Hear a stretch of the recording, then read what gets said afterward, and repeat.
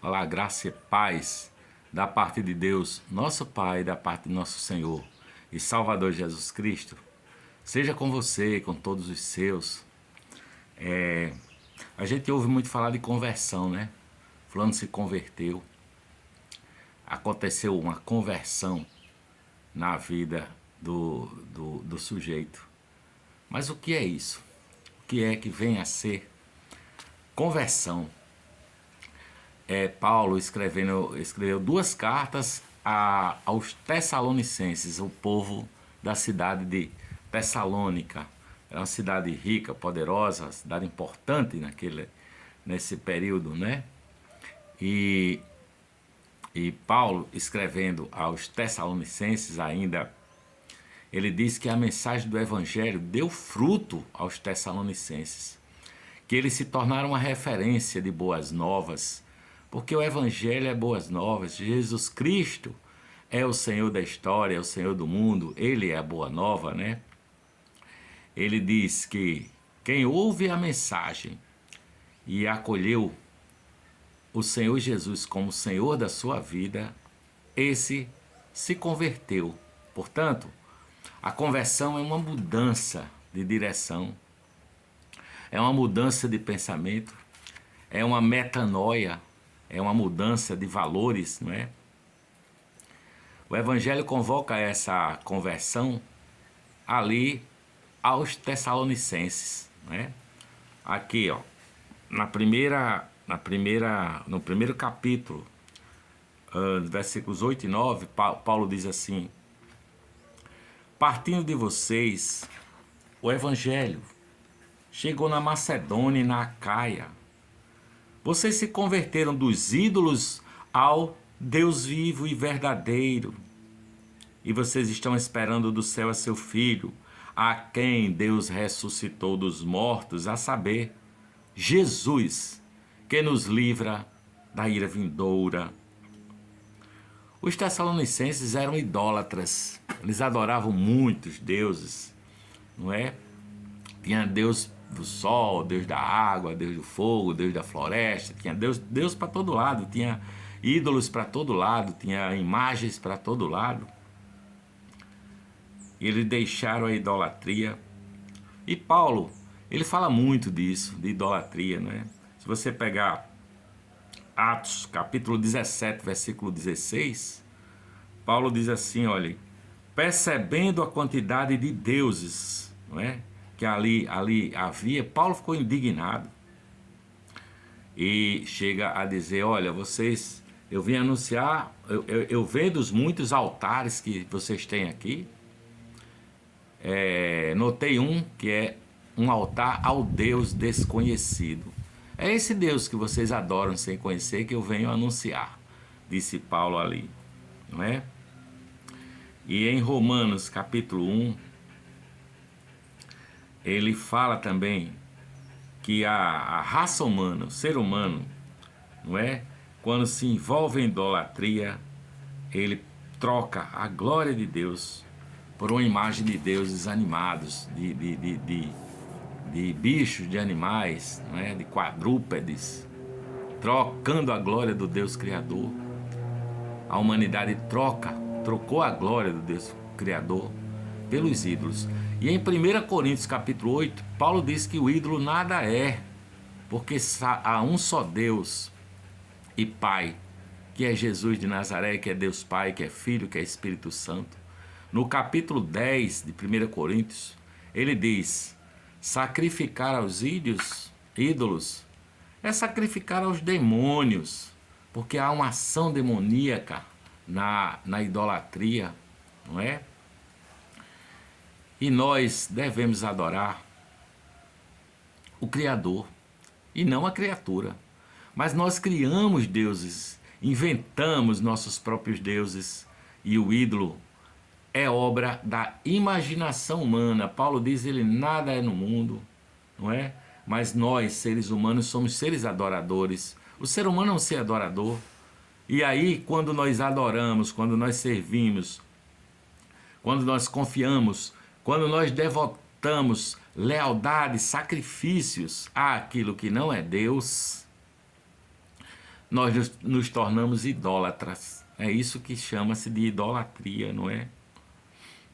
O povo de Israel, quando saiu do Egito, que estava peregrinando naquele deserto, em busca da cidade prometida, Moisés subiu ao monte Horebe para conversar com Deus, né? Subiu ao monte. E o povo ficou aguardando, e Moisés passou 40 dias no monte, então eles começaram a achar que Moisés tinha morrido, sei lá, não voltaria. E eles falaram com o irmão de Moisés, com Arão, pediram para que ele fizesse um ídolo, um bezerro de ouro. E aí tiraram o ouro, bracelete, coleira, esses colares de ouro, enfim, pediu braceletes ao povo de ouro. Ele fundiu aquele ouro todo, derreteu e transformou num bezerro de ouro. E as pessoas começaram a adorar aquele bezerro e a dançar e a fazer orgias. E isso foi desagradável a Deus, né? Porque eles se tornaram idólatras. E a palavra de Deus diz que o ídolo, no Salmo 115, o ídolo é aquele que tem boca, mas não fala. Ele tem olhos, mas não vê. Ele tem mãos, mas eles não apalpam. Ele é uma ilusão. O ídolo é uma ilusão humana. E a idolatria acaba sugando a vida do idólatra, né? Como ela não tem vida em si mesmo, o cara precisa emprestar a vida dele. E ela acaba tirando a vida da pessoa. A pessoa se torna um ser zumbizado, vamos dizer assim. Vamos ver o que é que Jesus disse aqui, ó. Ele diz: o ladrão vem para roubar, para matar e para destruir.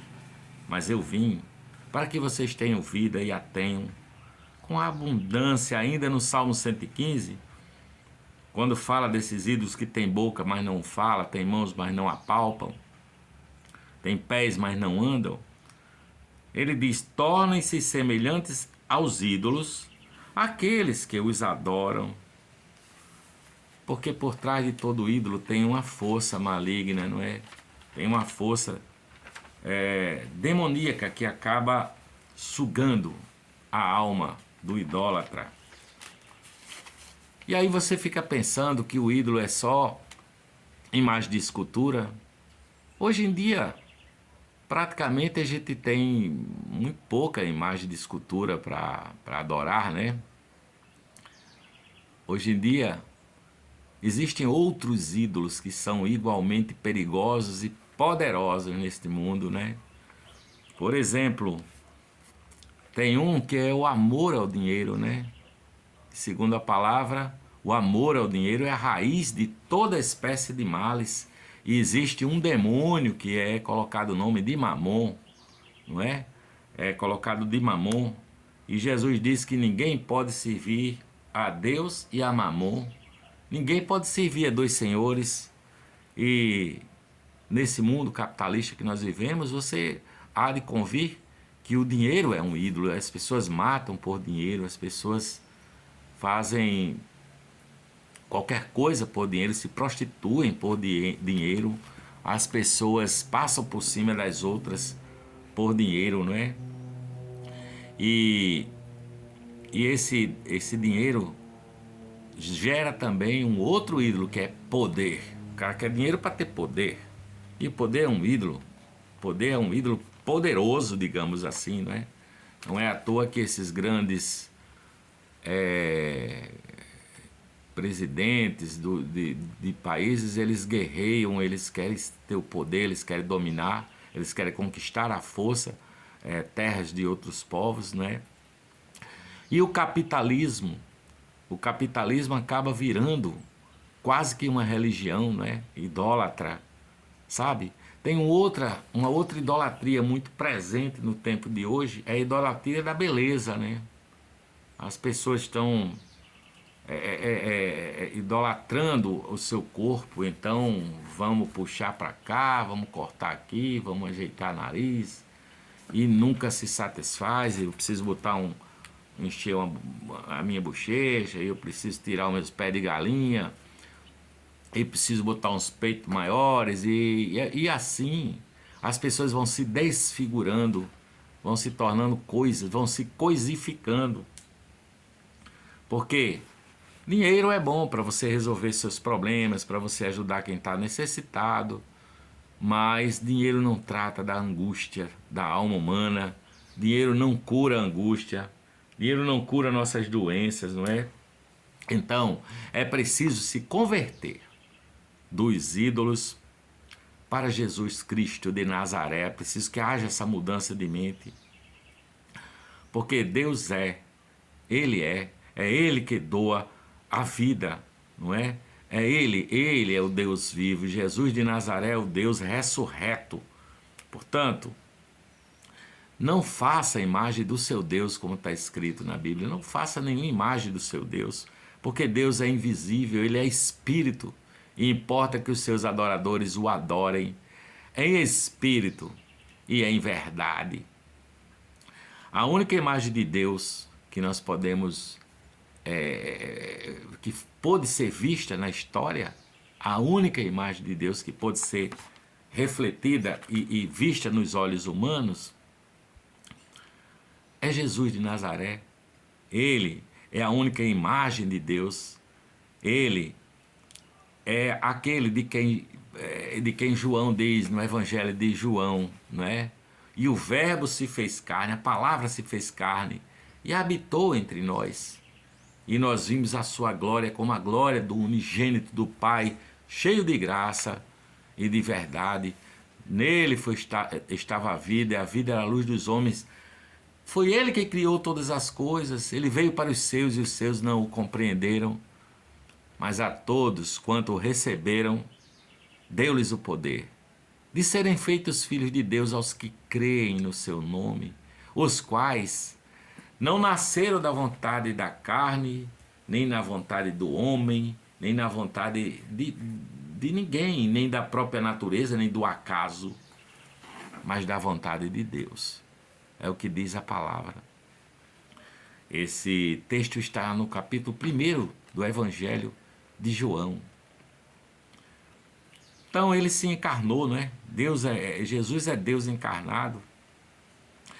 Mas tem um outro problema, que a própria Bíblia pode ser um idólatra, pode se tornar um ídolo, não é? Quando a pessoa começa a adorar a palavra, o livro, a Bíblia, o livro, ele começa a achar que aquilo ali é quem vai livrá-lo das suas circunstâncias, ou quando ele começa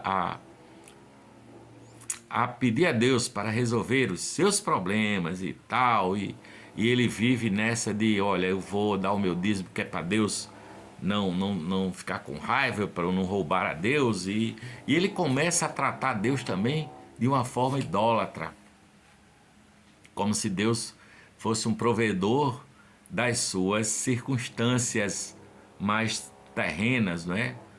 Eu vou aqui orar, eu vou caminhar, eu vou me entregar panfletos, eu vou fazer um trabalho que é para Deus abençoar a minha vida e me dar minha casa, e me dar o meu emprego novo e aumentar o meu salário. Eu já vi até alguém dizer assim, e eu orei e pedi a Deus para tirar aquele meu colega de trabalho, que ele estava me enchendo o saco. Ele está usando Deus como ídolo, né? Ele está usando Deus como ídolo, ele não entendeu ainda que a própria Bíblia pode ser idolatria, se você tratar assim, com essas categorias, não é? E Jesus, ele diz, eis que vou preparar lugar, mas virei novamente para vós outros, para que onde eu estiver, estejam vós também. Então Jesus veio morar dentro daqueles que nele creem. Ele mandou o seu Espírito Santo, o Espírito de consolação, o Espírito da verdade, o Espírito que convence do pecado, da justiça e do juízo. Ele veio habitar em nós de tal maneira que hoje a palavra de Deus diz que nós somos o templo do Espírito Santo, que Deus não habita em templos feitos por mãos de homens, como diz uma música aí de João Alexandre, né? Deus não habita em templos feitos por mão de homens, ele habita o coração de um homem arrependido, convertido, um pecador que correu para os braços de Cristo, que se apresentou perante a cruz e teve os seus pecados lavados no sangue do Cordeiro Eterno que foi imolado. O Espírito Santo veio viver em nós, e isso é que nos dá a nova vida, a nova criatura que Jesus disse a Nicodemos, não é? Para que nós nos tornemos uma presença de Deus aqui entre nós aqui na terra, não é? Para que nós sejamos cooperadores de Deus na obra da redenção, nos tornando novamente a imagem e a semelhança de Deus. Por quê? A palavra diz que nós somos feitos imagem e semelhança de Deus. Esse era o propósito de Deus. Mas o homem em Adão, ele pecou, ele se escondeu de Deus, ele ficou com vergonha, ele fez o que não era, ele fez o que era errado, ele pecou, o pecado original, e ele recebeu a sentença da morte. E essa morte, essa descaracterização da imagem de Deus na pessoa do Adão, passou a toda a humanidade, não é? Portanto, nós perdemos essa imagem e semelhança, mas nós vamos nos tornando novamente a imagem e a semelhança de Deus através do amor de Cristo, através do Espírito Santo, porque só Jesus nos dá a vida, e nos dá a vida em abundância, e nos dá a vida para viver as boas novas, para viver o Evangelho de Jesus, não é?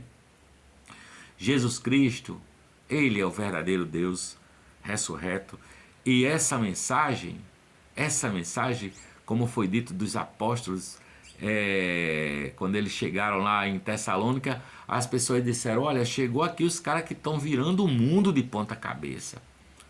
Eles acabaram de chegar, os caras que estão anunciando um negócio que está virando o mundo, está virando a loucura geral no planeta. Essa mensagem vira o mundo de ponta cabeça, para que o Cristo vivo e verdadeiro habite em nós, aquele que nos deu a liberdade. Se Cristo está em nós, aí há liberdade. O Espírito do Senhor, o Espírito Santo, é esse Espírito da liberdade, do amor, que gera frutos da paz, da esperança, do domínio próprio, da fé, do perdão e da vida eterna. E isso é conversão, é acreditar nessas coisas e fincar o pé na vida, não é? O batismo das águas, o batismo é uma declaração para o mundo de que você acreditou nisso, mas ele não tem em si mesmo nenhum poder de transformar nem de converter o homem. A conversão se dá quando você entende que só há este caminho e não há outro, quando você percebe que é preciso mudar a mente, deixar de lado a idiotice humana, deixar de lado a busca da sua própria satisfação pessoal, não é? E aí você nega-se a si mesmo, toma sobre si a sua cruz, que é leve e suave. Jesus disse: vinde a mim, vós que estáis cansados e sobrecarregados, e eu vos aliviarei. Tomai sobre vós o meu jugo, e aprendei de mim, que sou manso e humilde de coração, e encontrareis descanso para as vossas almas, porque o meu jugo, o jugo de Jesus, é suave e o seu fardo é leve. Você entendeu o que é conversão? Você entendeu?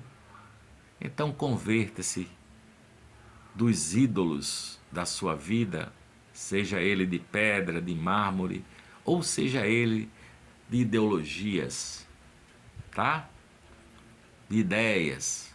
Converta-se dos ídolos a Jesus de Nazaré, o Deus vivo, o Cordeiro de Deus que tira o pecado do mundo. Beijo no seu coração. Eu por aqui vou dizendo que a paz de Deus, a paz de Jesus de Nazaré, que excede a todo entendimento, seja com você hoje e para sempre. Amém.